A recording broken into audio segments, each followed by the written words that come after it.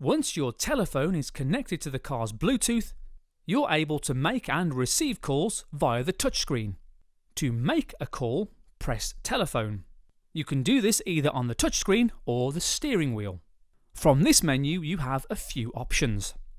To dial a number, select the digital keypad and enter the number manually. To call a contact, press the Contacts button and find the relevant person before confirming. Finally, you can make a call via your recent call history by pressing this button. An incoming call is announced by a ring and a superimposed display on the screen. To accept the call, either make a short press on the steering wheel mounted telephone button or press the Accept button on the touchscreen.